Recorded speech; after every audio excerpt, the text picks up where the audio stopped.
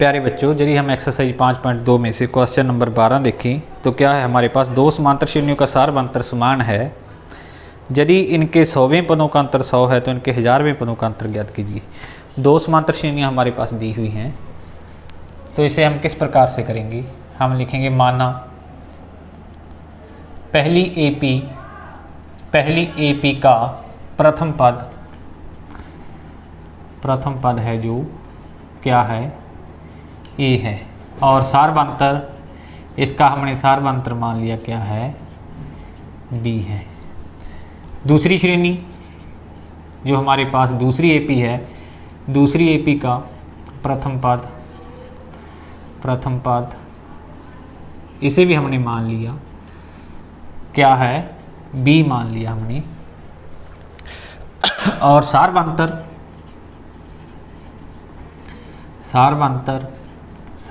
क्या है, डी क्यों है, क्योंकि दोनों समांतर श्रेणियों का सारवंतर समान है। यदि हमने इसका सारवंतर डी माना है तो इसका क्या होगा, इसका भी डी होगा। कारण क्या है, क्योंकि प्रथम एपी का सारवंतर बराबर है दूसरी एपी का सारवंतर। यह हमारे पास गिवन है कि दोनों समांतर श्रेणियों का सारवंतर क्या है, समान है। तो अब उनके 100वें पदों में अंतर, 100वें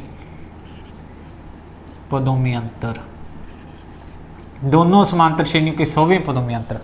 अब इसका 100वां पद क्या होगा, इसका होगा a + 99d।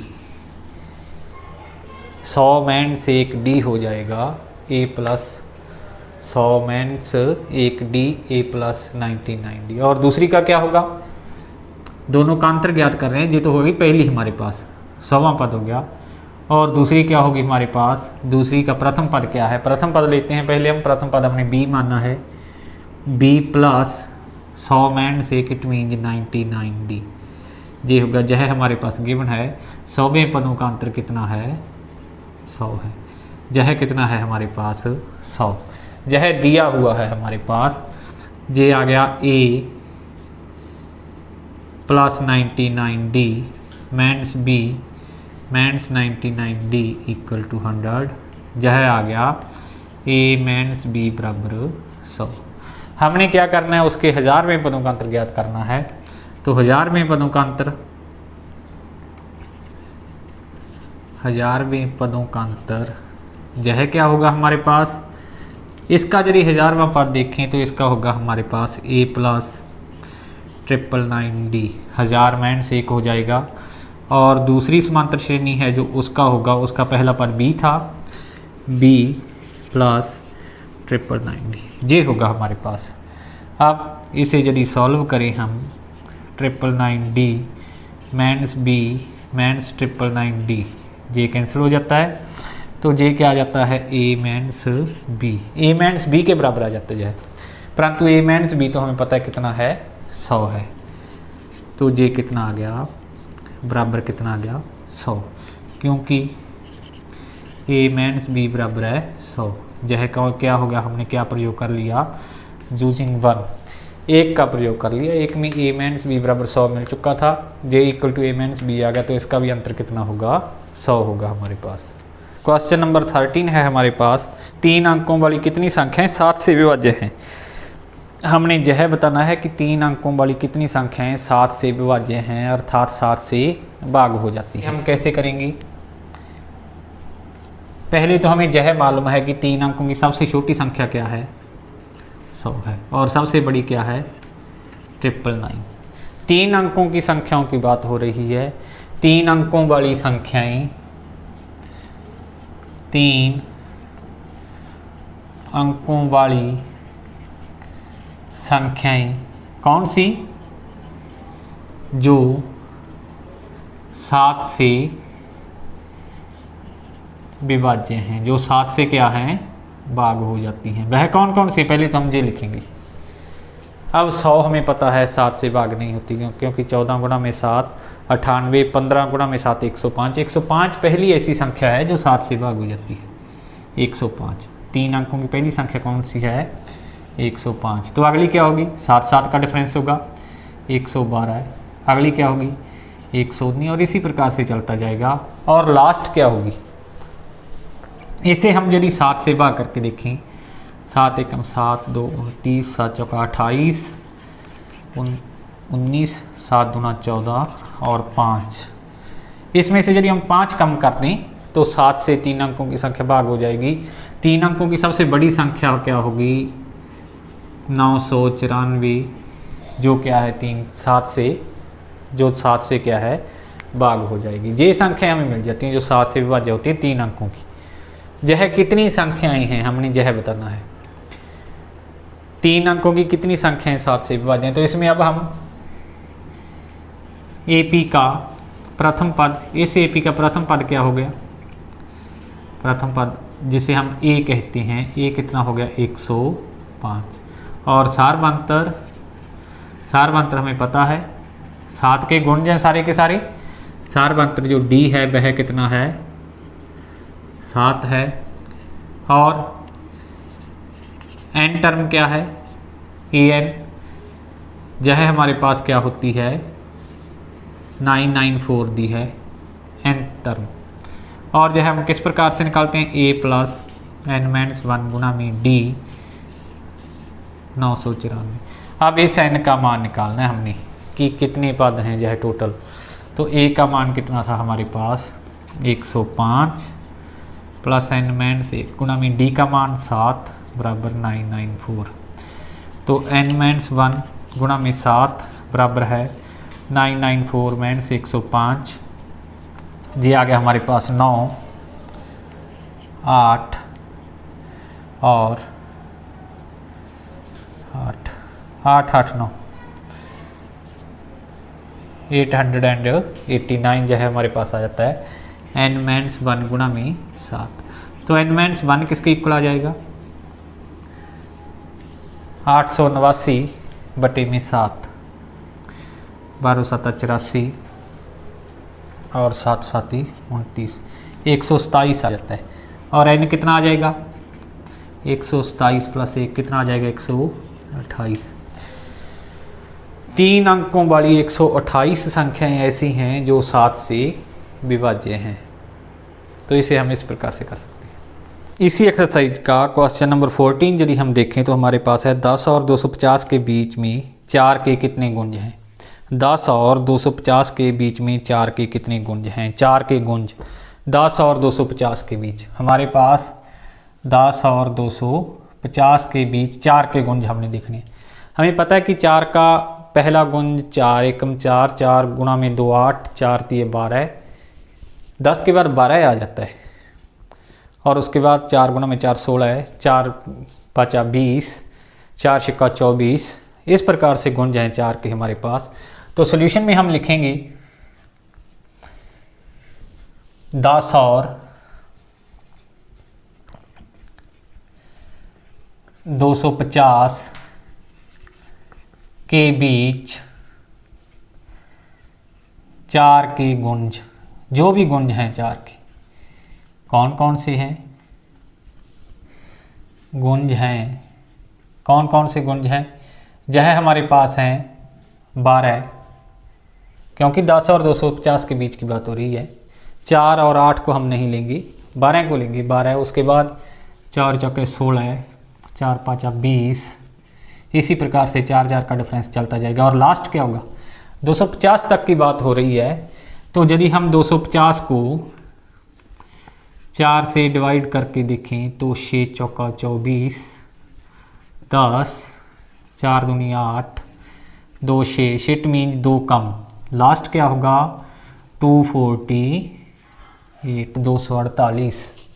लास्ट जो गुंज है 4 का 10 और 250 के बीच क्या होगा? 248 होगा। अब प्रश्न में हमसे यह पूछा जा रहा है कि यह कुल कितनी टर्म्स हैं? 1 2 3 कितनी है? ए हमारे पास 12 है, सारवांतर 16 माइनस 12 है क्योंकि 4 के गुंजा 4 है। और ए एन जो nth टर्म है वो क्या है? 248 हमारे पास। तो हम किस प्रकार से करेंगे?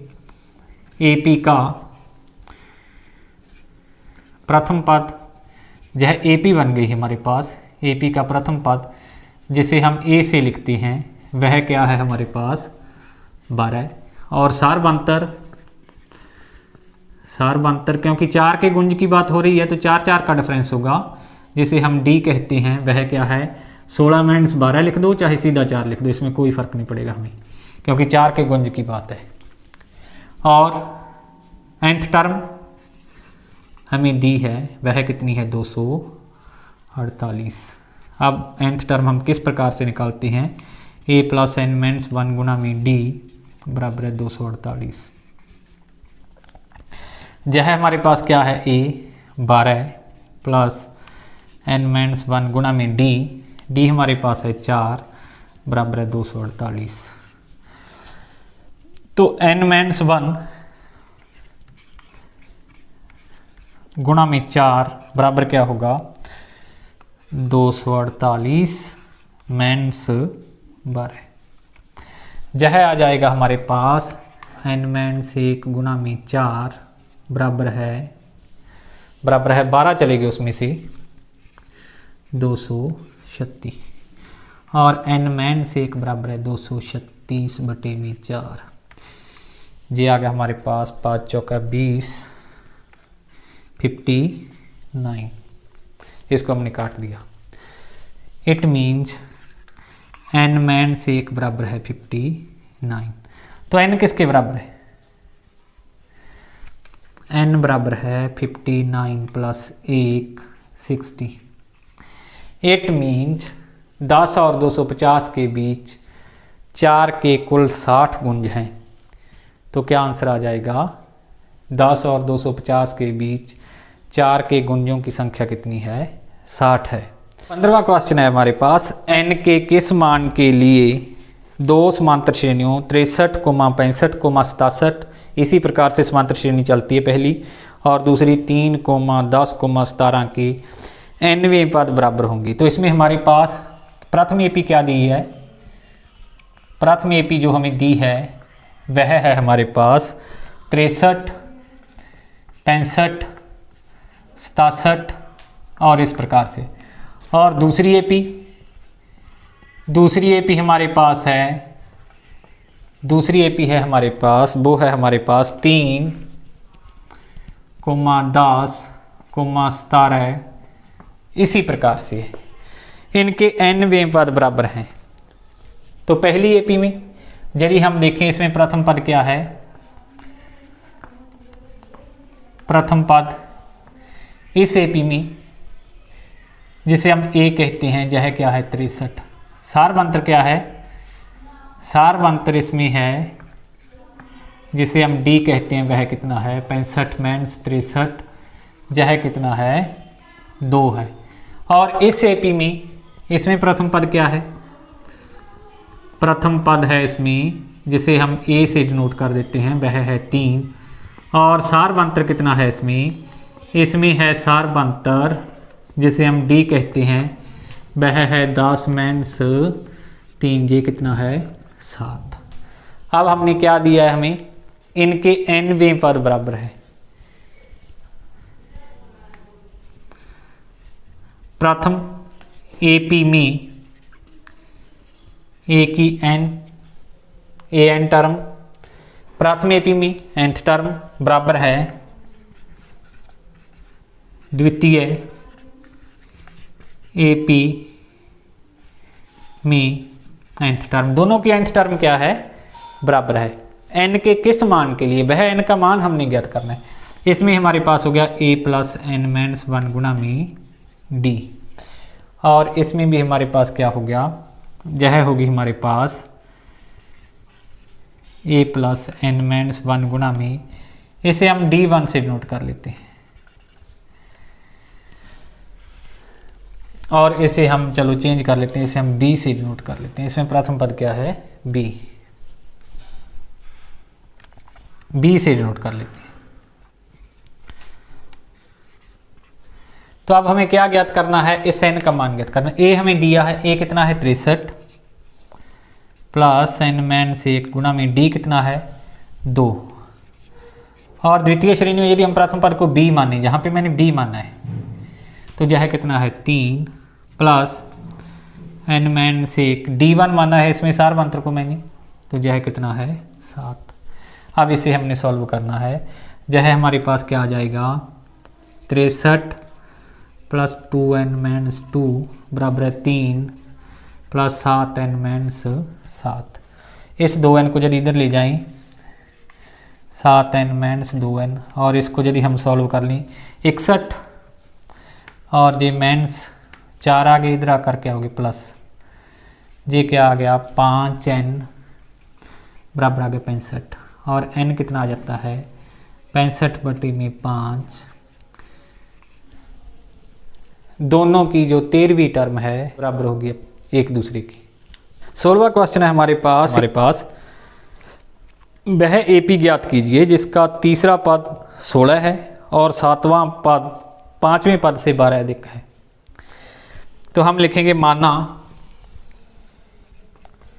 एपी का प्रथम पद, माना एपी का प्रथम पद। हमने मान लिया कि उस एपी का जो हमारे पास दी है उसका प्रथम पद क्या है ए है, और सार मंत्र क्या है, सार मंत्र हमने मान लिया कि डी है। प्रश्नानुसार प्रश्न में हमें क्या दिया है, प्रश्न में हमें दिया है कि तीसरा पद 16 है, जो तीसरी टर्म है वह कितनी है 16 है, और दूसरी कंडीशन दी है। दूसरी कंडीशन क्या दी है, दूसरी कंडीशन हमारे पास है 7वां पद 5वें पद से 12 अधिक है। जो 7वां पद है वह 5वें पद से 12 अधिक है। यह दो कंडीशन दी है हमारे पास। तो इसमें हमने क्या निकालना है, एपी ज्ञात कीजिए। वह श्रेणी, वह समांतर श्रेणी हमने ज्ञात करनी है। तो यह क्या हो जाएगा a प्लस 3-1 गुणा में d बराबर 16। क्यों हो जाएगा, क्योंकि हमारे पास nth टर्म बराबर किसके है a प्लस n-1 गुणा में d। इट मीन्स जो भी जहाँ पर n है उससे a कम हो जाता है, उससे a कम कर दिया, n 3 था 3-1 कर दिया, a प्लस 2d बराबर है 16। और यह हो गया a प्लस 6d बराबर है 5 है, तो a plus 4d plus 12। a से a कैंसिल, ये 4d इधर ले आए, 6d माइनस 4d बराबर है 12, 2d बराबर है 12, और d बराबर है 12/2, d बराबर है, d का मान कितना है 6। अब d जो सार मंत्र है उस समांतर श्रेणी का हमें मिल चुका है, वह कितना है 6 है। हमें प्रथम पद पता होना चाहिए, तो हम श्रेणी ज्ञात कर सकते हैं। यह हमारे पास समीकरण 1 थी, समीकरण 1 से समीकरण 1 में क्या रख दिया हमने, d बराबर 6 रखने पर यदि हम जो d बराबर 6 मिला इसमें रख दें a प्लस 2 गुणा में 6 बराबर है 16, और a बराबर है 16 माइनस 12, a बराबर कितना आ जाता है 4। तो समांतर श्रेणी क्या होगी, हमें पता है समांतर श्रेणी क्या होगी, AP होगी, क्या होगी AP, a plus d, a plus 2d, इस प्रकार से AP होती है हमें पता है, a प्लस 3d और सो ऑन। a कितना है 4, 4 प्लस 6 10, और 4 प्लस 2 गुणा में 6, 4 प्लस 3 गुणा में 6, और इस प्रकार से आगे चलती रहेगी। जी होगी 4 10 6 दूनी 12 4 16, और जे क्या आ गया कोमा है, सॉरी यहाँ पे ये आ गया 22, और सो ऑन। तो AP क्या होगी 4, 10, 16, 22, और इसी प्रकार से आगे जो है चलती रहेगी। हमने समांतर श्रेणी ज्ञात करनी थी, तो उसे हम इस प्रकार से ज्ञात कर सकते हैं।